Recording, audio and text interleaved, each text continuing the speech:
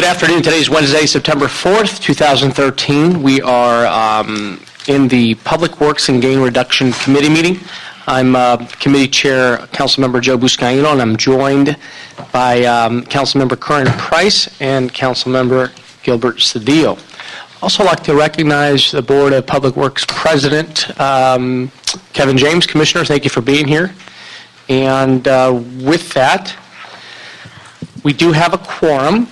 And I'm going to open general public comment, this public comment on items not on today's agenda. And I see one card. If you're here to speak on an item not on the agenda, please be sure to fill out a card. I'm going to open general public comment and welcome Mr. Sid Mahushian to come forward to speak. Good afternoon, Sid. Sid, we didn't hear from you today. Good afternoon, gentlemen. You broke your string. Yeah. Well, gentlemen, I just want to bring to your attention one more time, as I did last time, is that the historical borders that are going to be hopefully withdrawn, the boundaries of historical core for the motion 13-0658. As I stated last time, which stretches from 1st Street all the way down to the 7th and between Broadway to Los Angeles. I do encourage you, three gentlemen, please give it some strong thoughts on this, that the St. Vincent Alley, as I explained last time, must be included in those parameters whenever that time comes or whenever that motion comes to you. I also would like to ask to you gentlemen is that, yes, I am working with Mr. Huizar's office, in close contact with them, but I also like to know, because you are the committee that has a final say almost on these issues, that see what this committee can do in conjunction with Huizar's office to move this a little bit forward, because we are going on a very snail pace. As I stated, lives are at stakes.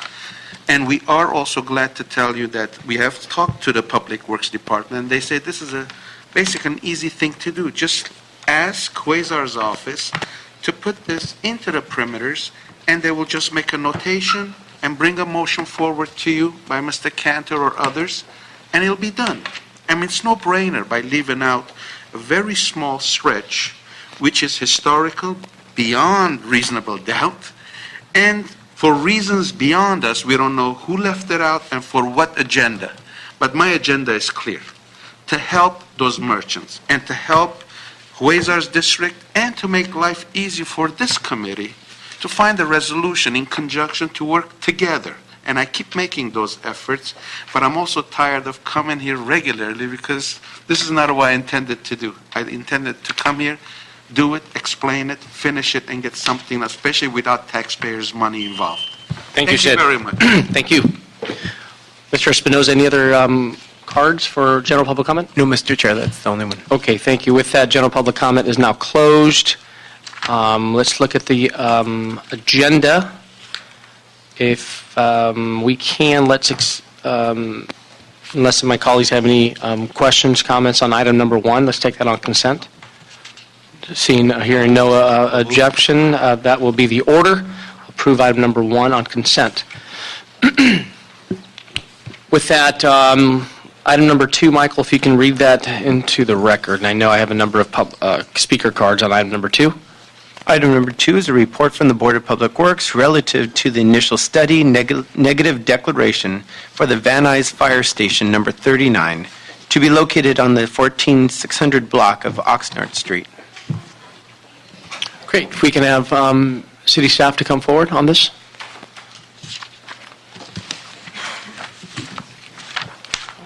Commissioner Matt Sabo just joined us from Public Works. Commissioner, thanks, Matt, for being here, sir. Any other commissioners joining us here? Fantastic.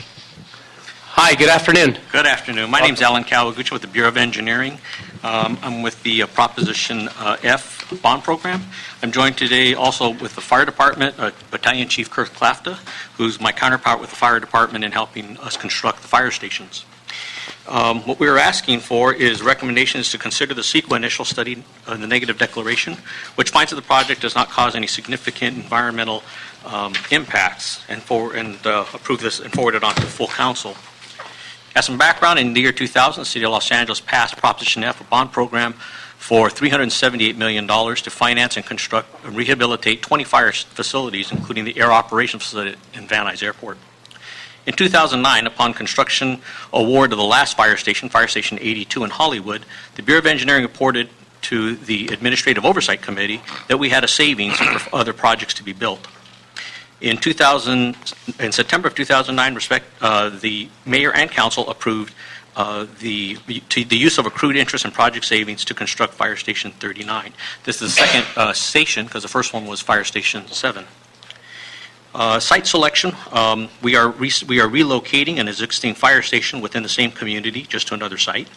Site selection is normally the responsibility of the fire department.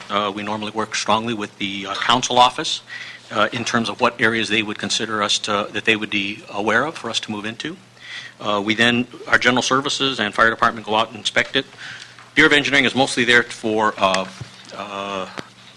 looking for, make sure it fits within the budgeting of the item. We did have several locations that were given to us in terms of by the council office. So do we have that one map?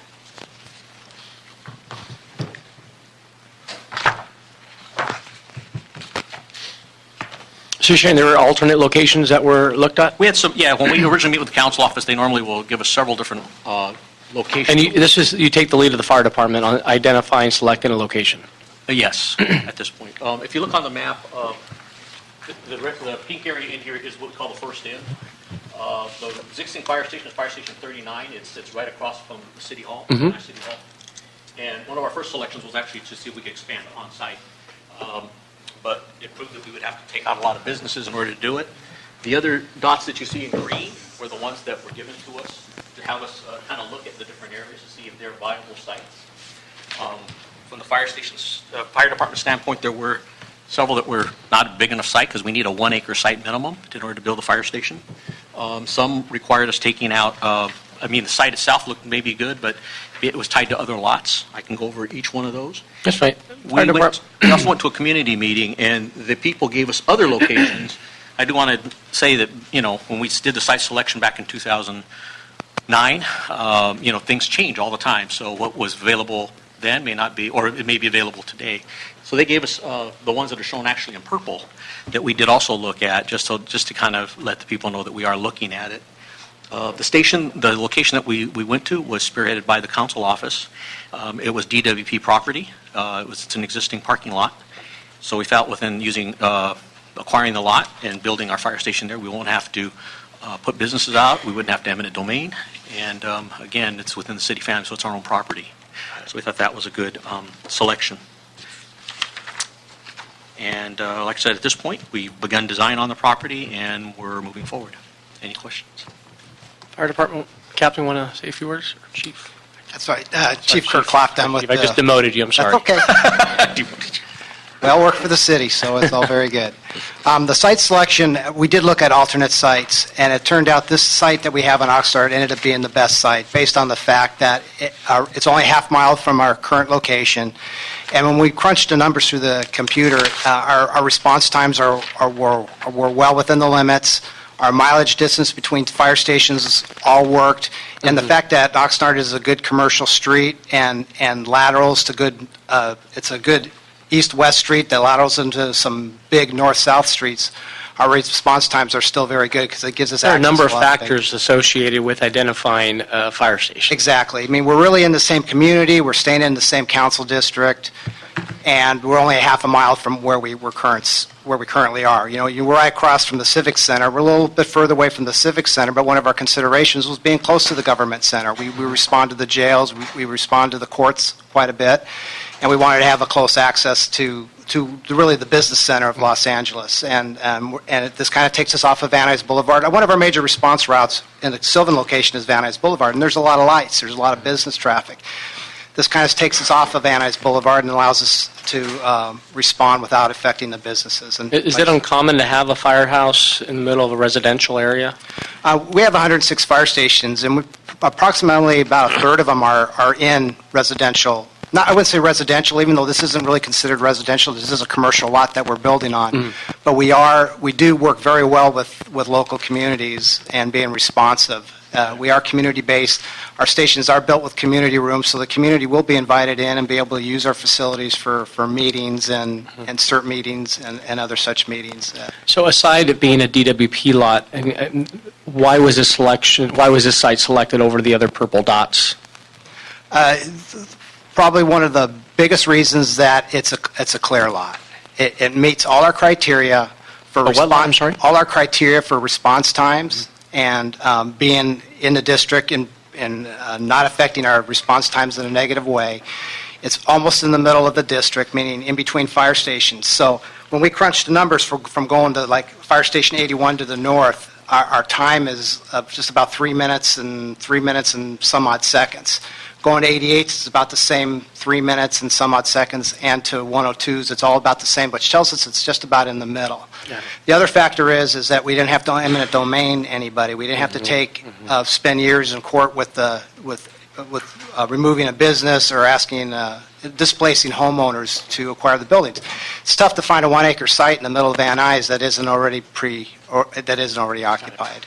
Thank you, Chief. Questions? Yeah, thank you, Chief, for the report. The parking lot that we're using next to a building that's no longer there, or just a parking lot, or was there a building adjacent to it? Or? That's correct. It's a building and safety. I believe it was a payment processing center for building and safety. It's a temporary building. It's not really a brick and mortar type building, and it's on the whole entire lot is 2.85 acres, and we're taking 1.19 acres of that. And yes, right now it's a vacant lot except for that temporary building that's placed on it. And currently it was used by Key Chevrolet to park their vehicles. And before that, it was a water and power lot. And you mentioned the community room is available. What's the policy on community rooms when they exist at stations? But generally, if in they the give us evening, 72, all, or generally if they give us 72 hours notice, we put it on the calendar and schedule them, and they're available to use that room as long as they give us some notice. There's no charge. And we do have it is ADA accessible and with restrooms, and they're allowed to continue to use the room even after we respond on emergencies. Good. We have Councilmember Tom LaBonge's Chief of Staff, Carolyn Ramsey, here, who'd also like to weigh in on this item. Carolyn, if I can bring you to the table, please. Sure. Thank you. Councilmember, would it be possible, are there members of the public who Yes. wanted Want to take testify? cards first? Is that okay? Sure, no problem. Thank you. Okay, with that, we have a number of residents here to speak on item number 2. If I can call up Thomas Olson, and I'll call 2 at a time, and Robina, Suwaz? Robina? Welcome. I happen to have the same map, so That's fine, thank you, sir. you guys already have it. Yes, please, thank you. And they will be followed by Mary Beth and, I see, I'll call you last, Jim, and Jeffrey Lynn. Welcome. Good afternoon. Mr. Olson? Yes. Okay. Speak close to the mic, please. Thank you. Okay, the site that they have chosen was chosen first, and then the negative declaration was done. So there was no idea whether that was going to be a good spot. And that spot has been used for almost 100 years for various car things like cleaning cars, maintenance, all those kind of things, which could lead to who knows what chemicals being discharged into the soil. They say they're going to dig up 1,700 cubic feet, which is 6.8 million pounds of debris, which would roughly require 200 to 300 trucks to truck out. And we're already in the 95th percentile of diesel particulate matter, and if there are diesel tanks or other types of tanks under there, which nobody really knows, and it looks like there could be a fueling spot there, that's going to spray all this stuff into our neighborhood, which is less than 50 feet away. And the city has offered to put up walls and do all this kind of stuff. There was no independent study done. The CEQA requirements were just done basically by the city of engineering department saying that, okay, we're in compliance. There's no independent corroboration. We've done 2 studies, and they call into question some of the things that they say. our biggest thing is that the site was chosen first, and then the negative declaration was written to make that site work. And it's not in the center of the, if you can see here, it's closer to this area, which is more, the more affluent area. It's farther away from this area, which is actually a denser population. If they try to get to this area, they have to go through the city center or around it. So saying that it's in the center and that it's centrally located and that it's good to get to this giant chunk of this fire district is not correct. Thank you, Mr. Olson. Thank you. Robina? Hi, thank you. My name is Robina Sewell. I'm a resident for 23 years. I'm also the executive director and founder of California Safe Schools, a children's environmental health and environmental justice coalition. And I want to thank you for the opportunity to speak here today and for your years of service. And thank you, Mr. Espinoza, for your help and communications. Greatly appreciated. This is not about firefighters. This is about a really significant, inadequate, and improper site selection. And there's been just a tremendous amount of lack of communication. This is an environmental justice community, a large portion of it with Spanish-speaking residents. Nothing was translated in Spanish for them. The lack of an environmental impact report, the 50 calls a day and possibly more that will come to this area. And there was an inadequate quantitative analysis of the impact of the sirens and the sounds. There's also a lack of consideration for cumulative impacts from the other environmental emissions in this area. There are groundwater plumes. There are another of other hazardous things. In fact, the substation that's less than a half a block away has had a regional water board working with it. So and there's also a failure to recognize sensitive receptors, including more than 200 students that walk to and from classes using that path, as well as an autistic child that lives within 50 feet of the site. This proposal constitutes a taking. It's going to devalue properties. And that's really important that you know. And our 14th Amendment promises that everyone is entitled to equal protection under the law. And this is a community that has not only had not equal protection or equal communication. So please help us and do not approve this questionable negative declaration. Thank you. Thank you, ma'am. To welcome Mary Beth Schwarzenberger and Jeffrey Lynn. Please come forward. Mary Beth? Good afternoon. Hi, I'm Mary Beth Schwarzenberger, and I'm a resident of the community. I came down here today with an idea of what I wanted to talk about the arrogance of power, how city administrators can make decisions that affect your life without any input from you. But I've decided to say something else. This whole project has left me disgusted. The lack of honest information is ridiculous, as well as the lack of respect that we've been shown by city officials. At the last Public Works Committee hearing, which Mr. James has so readily attended here today to join us in our fight, I imagine, members of that committee were looking at their cell phones and leaving the table as we spoke. It was pretty shocking. These committees keep asking, are there community rooms? Will there be somewhere in this new facility for community members to come and have a meeting? What difference does that make when we are going to have to live with this station 24 hours a day for the rest of the time that we live there? If this board rubber stamps this project onward to the city council, then shame on you. Shame on you for sitting there with closed ears, for not saying, wait a minute, this whole project is ill-conceived. Let's stop and start working with the residents of this city. I seriously doubt that you'll prove me wrong, but if you do vote to stop this today, welcome back to humanity. Thank you. Great. Mr. Lynn?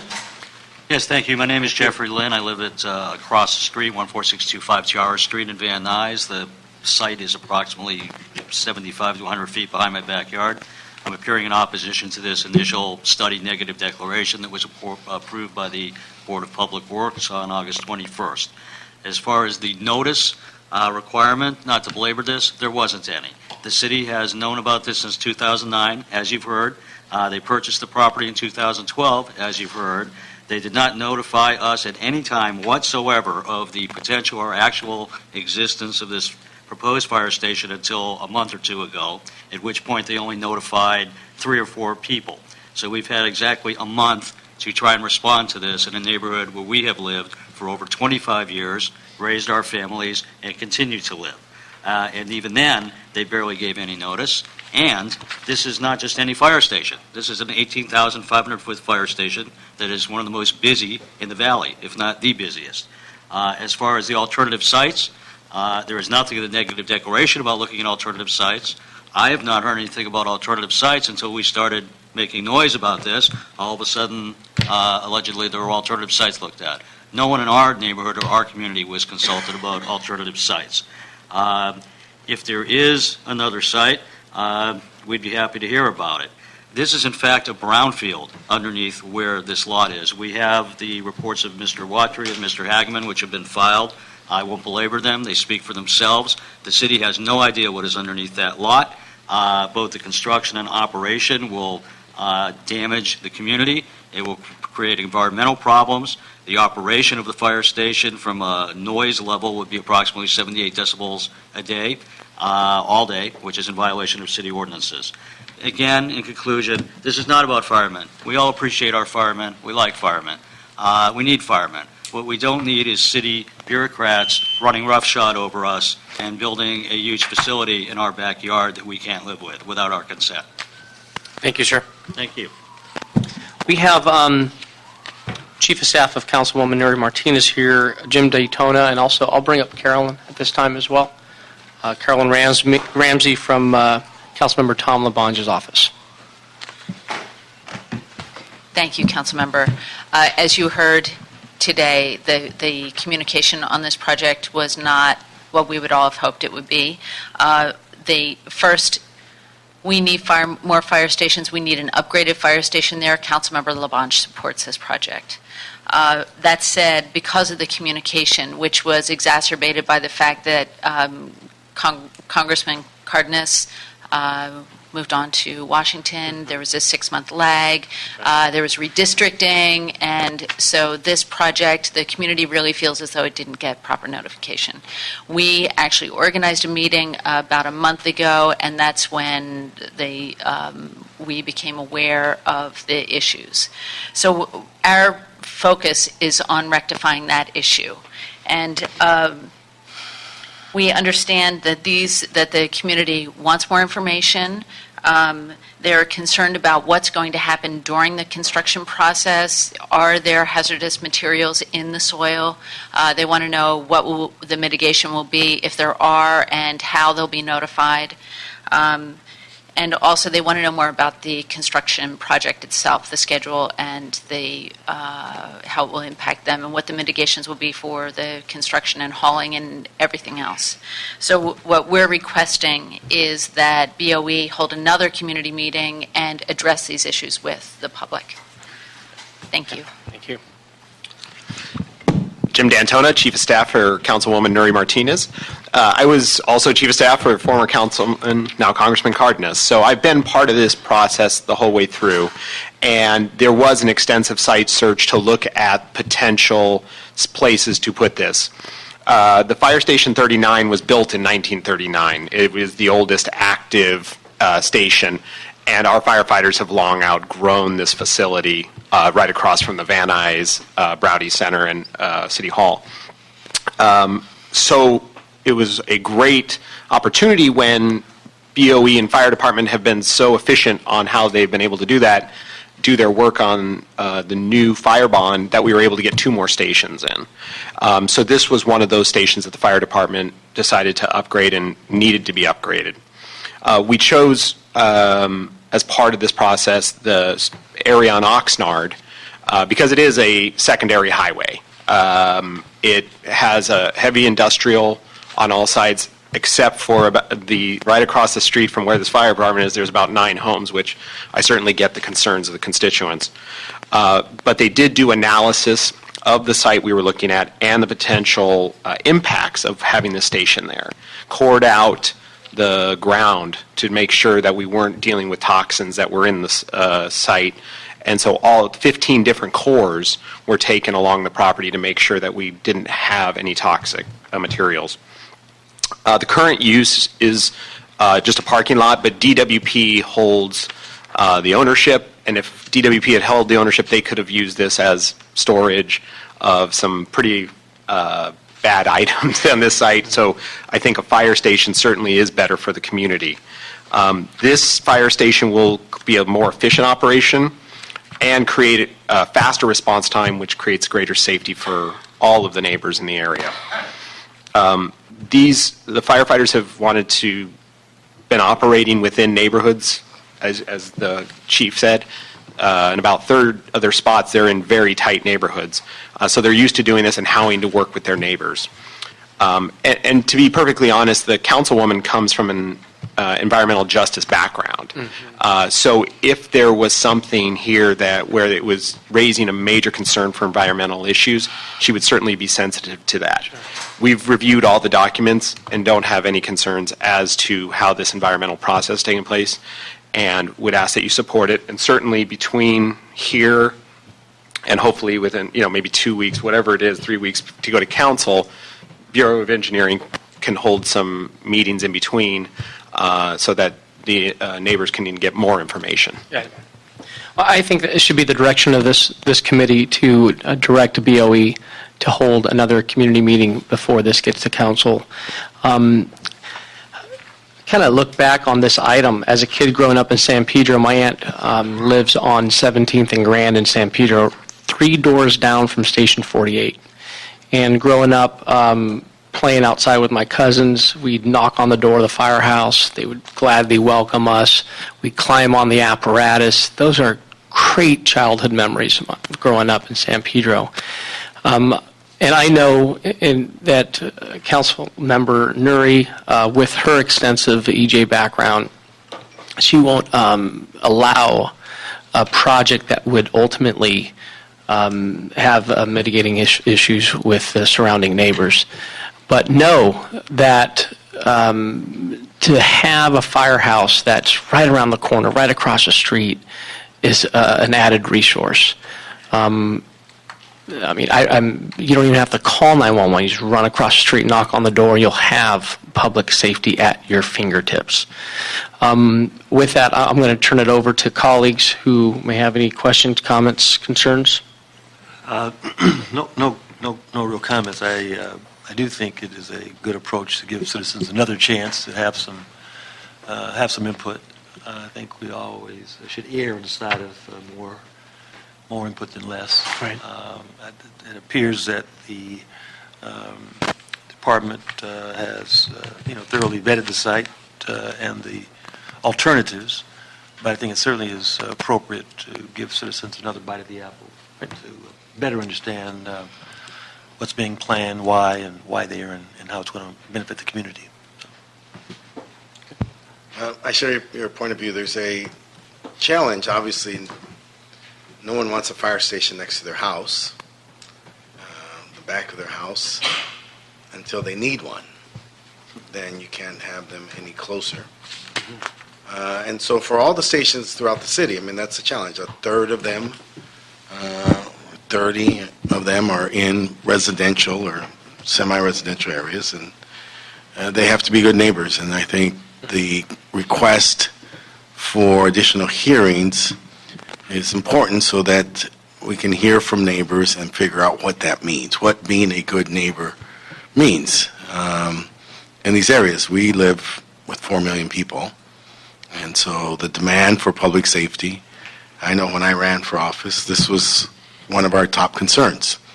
Are we going to open up the stations? Are we going to get more firefighters? Are we going to restore hours? This is a concern, so it's difficult for me to hear someone saying, well, we don't want this fire station, because my temptation to say, I know a place in the Northeast that will gladly embrace it. So I think the proposal is sound in calling for an additional hearing so that the public does have a fuller opportunity to voice their concerns so that they can be mitigated and addressed prior to it coming to council. Very good. We can still move forward on this item with a commitment from BOE to do just that. Very good. I have a motion to approve. Moved by Council Member Cedillo, seconded by Mr. Price. So ordered. Item number 2 is approved. Item number 3, if you can read that into the record, please. Item number 3 is the motion from Council Members Labange and Garcetti relative to negotiating and executing a master cooperative agreement with Caltrans for the city to construct a retaining wall along the Hollywood Freeway. Okay, we have city staff here to discuss item number 3. Please come forward.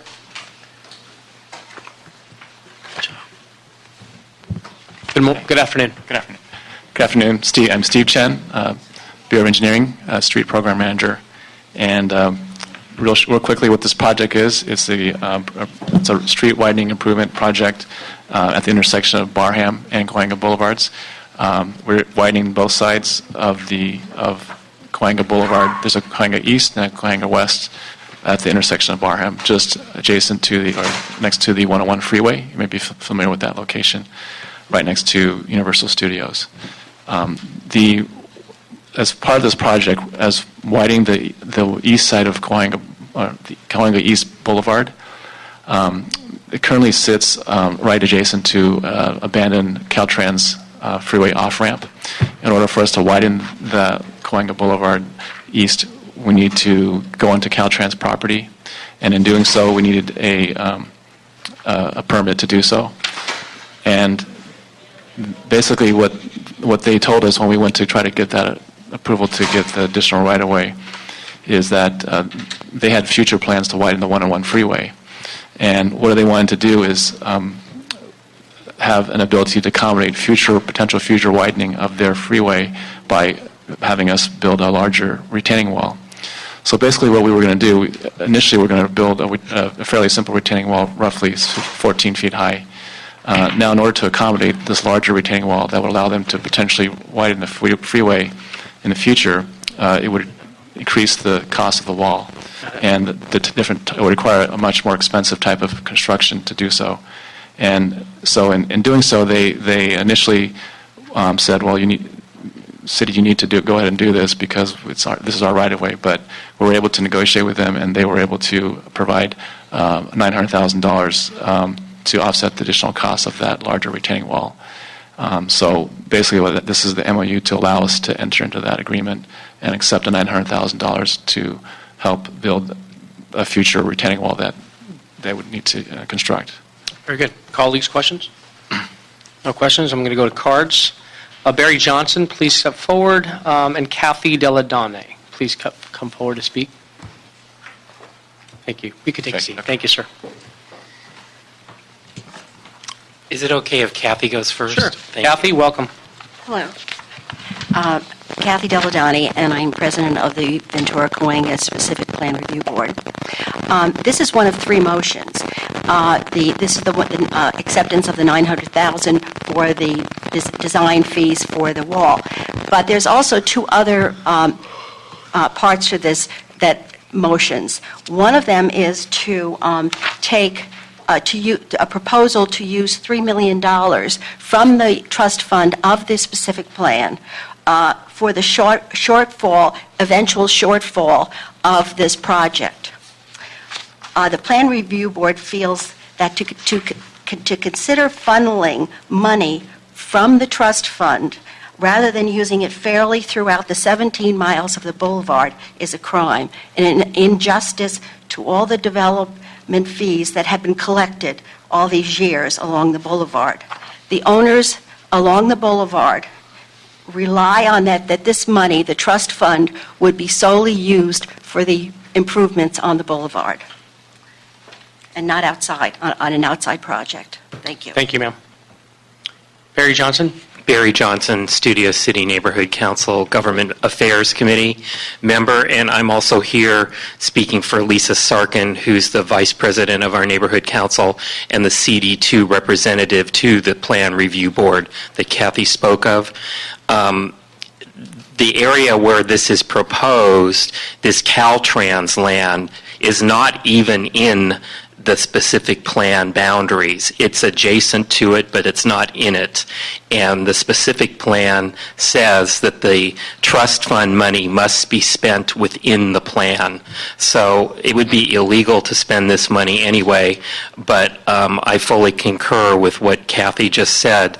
The money needs to be, in the trust fund, needs to be used on Cahuenga and Ventura Boulevards, all 17 and a half miles of it, and not to supplement a joint LA City Caltrans project, property of which is not even within the plan. Thank you. I'd like to invite Carolyn Ramsey, representing Councilmember Tom LaBonge. Thank you very much, Councilmember. This is a huge project. We need this. We need to get this done.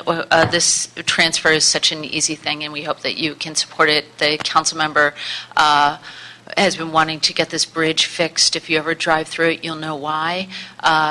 So when the budget comes around next year, maybe you could support $3 million to get the bridge finished. Thank you. Thank you. See no other comments, questions? A motion to So moved. moved by Mr. Cedillo, second by Mr. Price. That's the order approval of item number 3. And I'm going to go out of order, colleagues. We're going to take item number 7. Item number 7 is a motion from Council Members Bonin and Muscadino relative to the city's use of the 1911 Act improvement projects in the delivery of cost-effective infrastructure improvements.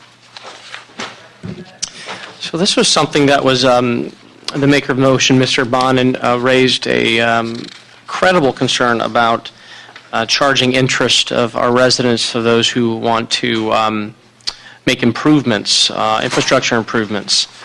And just on the face of it, the 9% seems a little bit steep of charging our residents. In 1991, when the rate was established, I imagine back then it was more reasonable, but now in 2013, we're seeing rates near historic lows.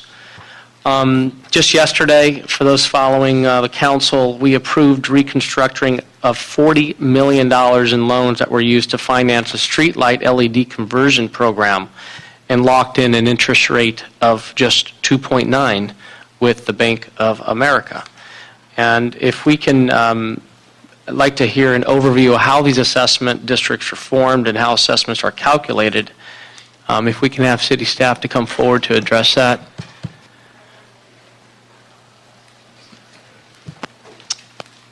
So talk a little bit about the assessment districts, and does the city pay an interest rate of 9% or greater on any of its outstanding debt? Good afternoon, council members. My name is Randy Price from the Bureau of Engineering. The Department of Public Works does essentially 2 types of assessment districts that deal with the construction of public improvements. We use both the 1911 Act and 1913 Act assessment process, which follows the law, the State Streets and Highways Code. There are slight differences in the procedure for those 2 acts, 1911 and 1913 Act. The department has traditionally used 1911 for all public improvements. We do approximately 3 or 4 public improvements a year through the 1911 Act at this time. They have steadily declined from a peak back in the early 40s and 50s when the city used to do $30-40 million a year in assessment projects. At one time, there was a Bureau of Assessments, and as that work wound down, then that work was transferred to the Bureau of Engineering. The assessment process is a good tool for local communities that have no other way to get improvements within the city. It's a needed tool. It puts in sewers, streets, lights, street lights. So walk us through the process. If a number of neighbors want to pitch in, exactly, the fund goes where? Typically, it takes active members of the community to get together and submit a petition to the city. They usually get at least 70% of the signatures within a community that's interested in a public improvement or that needs a public improvement. Mm-hmm. The city then goes out and holds community meetings to sort of explain the process and help them along the way. Through the assessments, in the funding of the assessment projects themselves, although these are called 1911 Act and 1913 Act bonds, there's actually no bond sale for the 1911 Act bonds. The contractor who bids on the project actually funds the project themselves. And in return for that, putting up the money to construct the project, they are issued a warrant from the city which allows them to collect over a 10-year period. The property owners themselves are billed by the city twice a year at roughly the same time as the property tax. And the property owners, before they go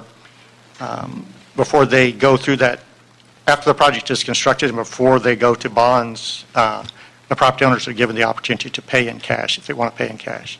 Got it. Typically, we tell the property owners that, and especially lately for the projects, that because the interest rate is high, we recommend they look at other alternatives for paying for the assessment. And does the city make money off of these No, the city assessment makes districts? the city makes no money off this process at all. Got it. Mr. Price?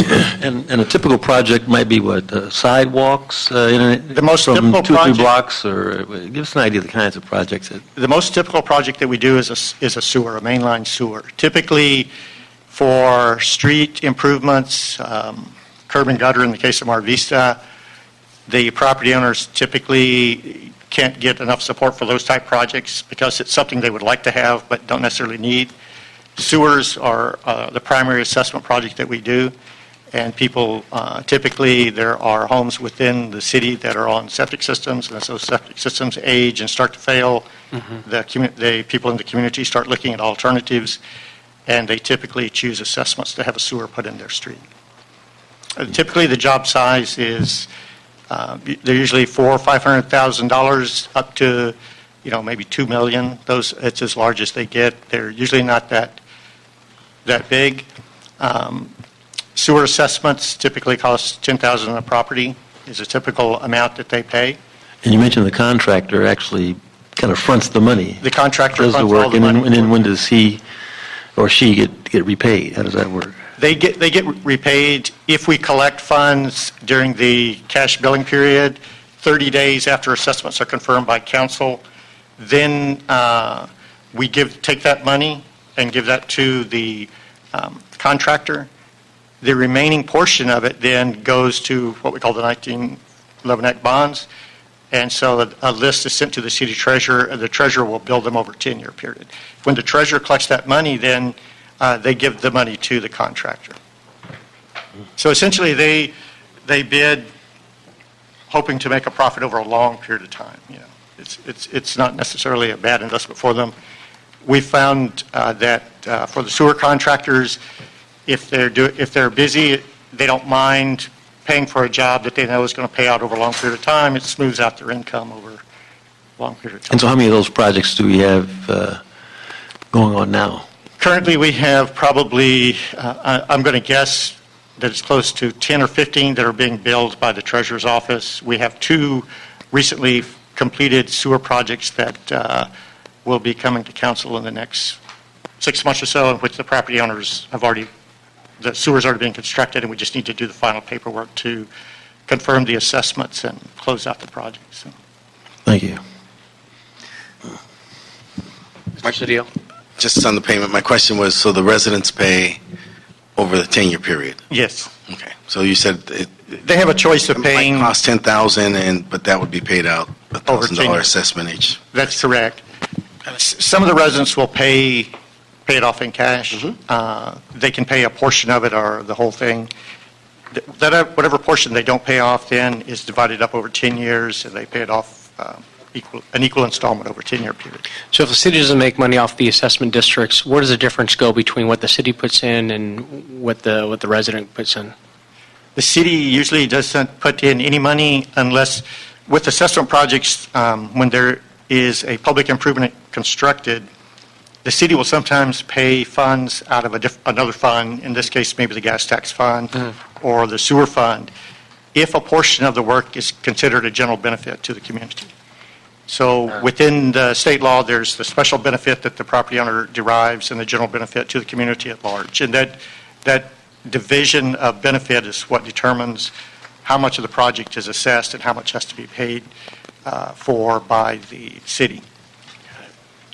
Well, you're going to hear another way to make government work for the people, another item coming up shortly on the sidewalk issue. I think I commend Mr. Bond and colleagues for his motion in trying to modify these interest rates, and I understand we're going to get a report back and hear more and on recommendations on ways to modify the rates so that we're not dinging the resident who ultimately wants to, or the neighbors who ultimately wants to improve their infrastructure on their street. Typically, from I think as you mentioned earlier, the council does, have the authority to set or change that rate, and great. I think that it probably is time. Okay. Any recommendation on what that rate should be? I don't know. I spoke to the city treasurer earlier, and they told me that for the last two 1913 Act projects that had gone out, where they actually bid out the bid bond amount, it came in at 5.7%. So. Okay, we've got a motion to move item 7. So moved. Moved by Mr. Price, seconded by Mr. Cedillo, so ordered. It's item 7 approved. Thank you so much, sir, for your report. Good job. Well done. Item number 4. Item number 4 is a motion from Council Members Englander and Corret. Oh, I'm sorry, hold on. I think we have cards on 7. Okay. Let's reconsider item 7 and bring up some of our, we have 2 residents to speak, members of the public. So sorry. My apologies. Let's bring up Stanley Hoffman and followed by Len Wien. Mr. Hoffman, welcome. Thank you very much. I'm Stanley Hoffman. I was one of the leaders of the petition with Chris McKinnon, and we have about 120 properties of varying sizes, and we started this process about 5 years ago. This would help us immensely.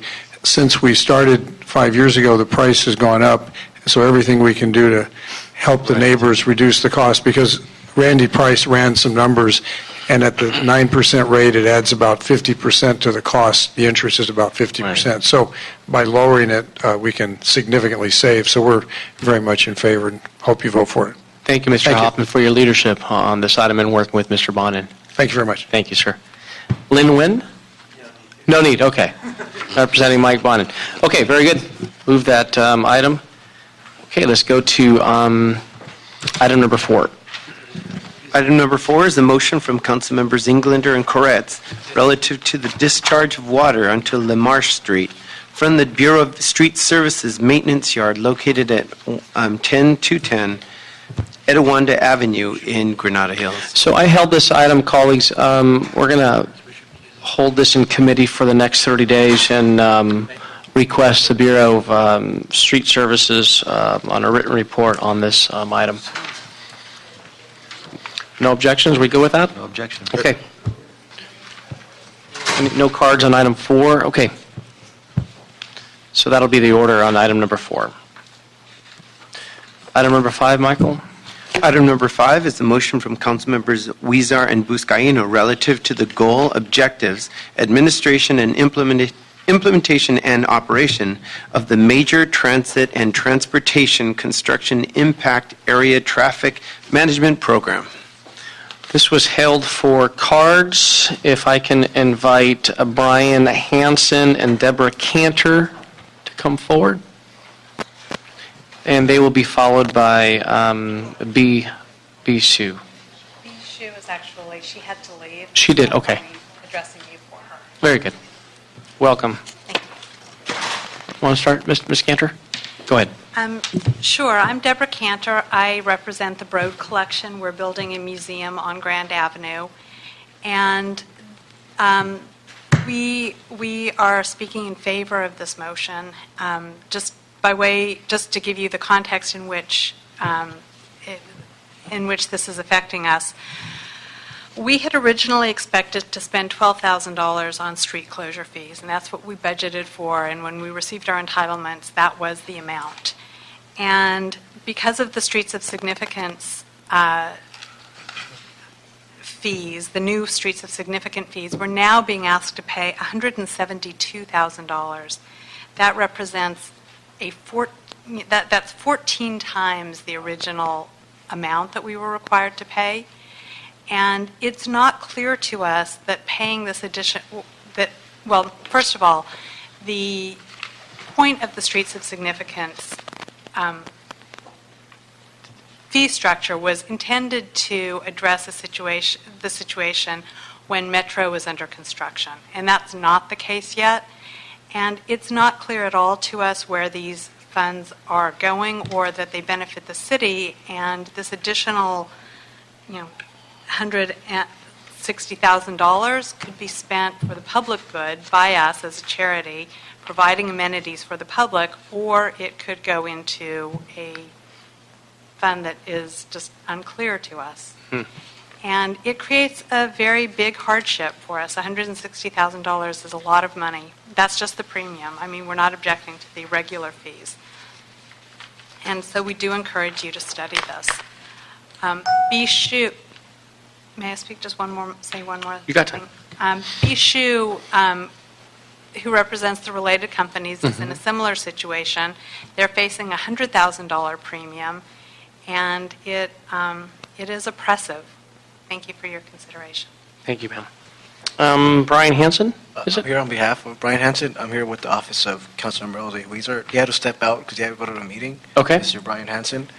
So Identify yourself for the record, please. David Cortez. Mr. Cortez, Yes. representing CD14? Yes. Okay, On welcome. Mr. Brian Hansen's behalf. Okay.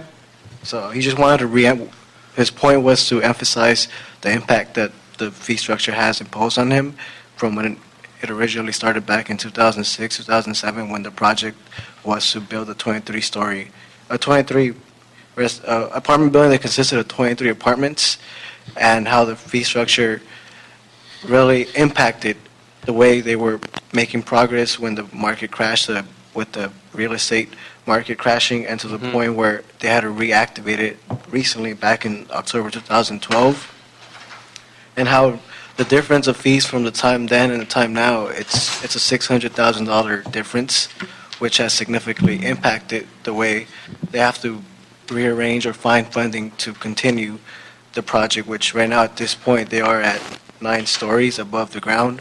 So at this point, it's too late to back away from moving forward with the project, but then also it's a big impact to the point where they have to find a way to adjust for the $600,000 difference that has been imposed on them now as a result of the restructure of the fees.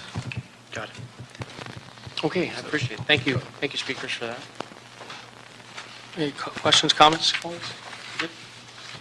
Okay, hearing no objection, will be the order of this committee to approve item number 5. Okay, our final item is item number 6. Item number 6 is a motion from Council Members Muscadino and Cedillo relative to amending the Los Angeles Municipal Code to eliminate any fees associated with sidewalk construction, reconstruction, and repair that is undertaken by the adjoining property owner. So, colleagues, something I looked into. I know we have David Hirano here from the CAO's office. Thank you, David, for being here.